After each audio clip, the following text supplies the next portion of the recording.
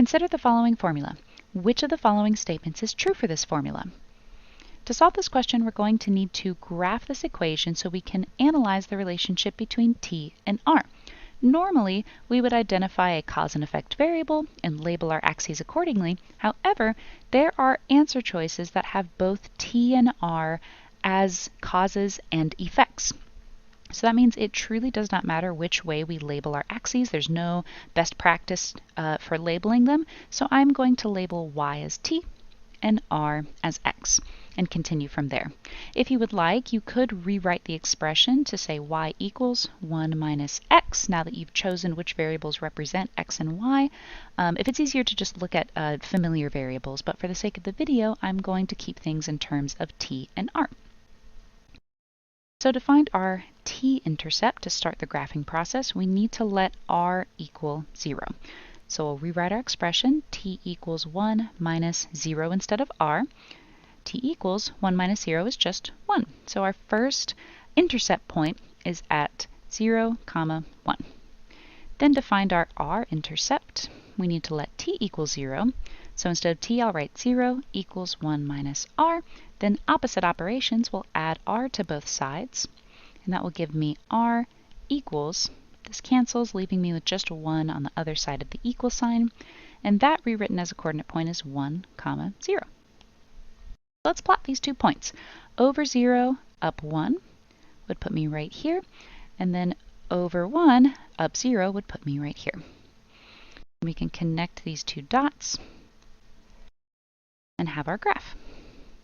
Now notice when we look at our answer choices that there are no options that talk about a specific point on the graph. There is no when t is less than 3, r is positive, nothing like that. We are just dealing with t as a whole being positive and r as a whole being positive. So this means we need to think about this in terms of our quadrants.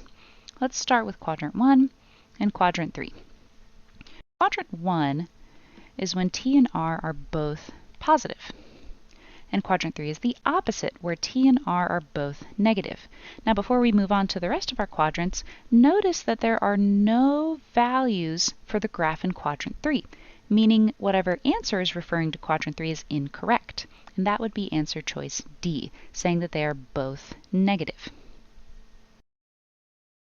Then quadrant 2 and quadrant 4 are also opposites of each other. Quadrant 2 is when let's do t first. T is positive, but r is negative. And quadrant 4 is when t is negative and r is positive. So now we can look at our answer choices with this information. A says if t is positive, r is negative. And this is implying r must always be negative when t is positive. So let's see if that's true.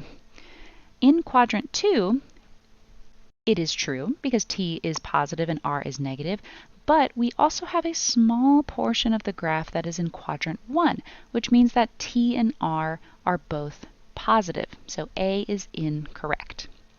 B says t and r may both be positive.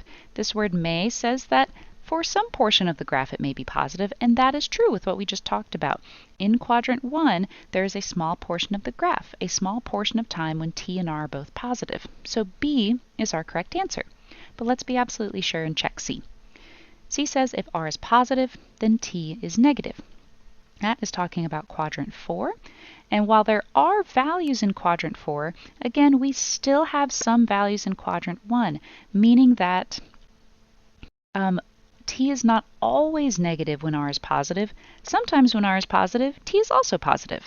So C is not correct, making B our correct answer.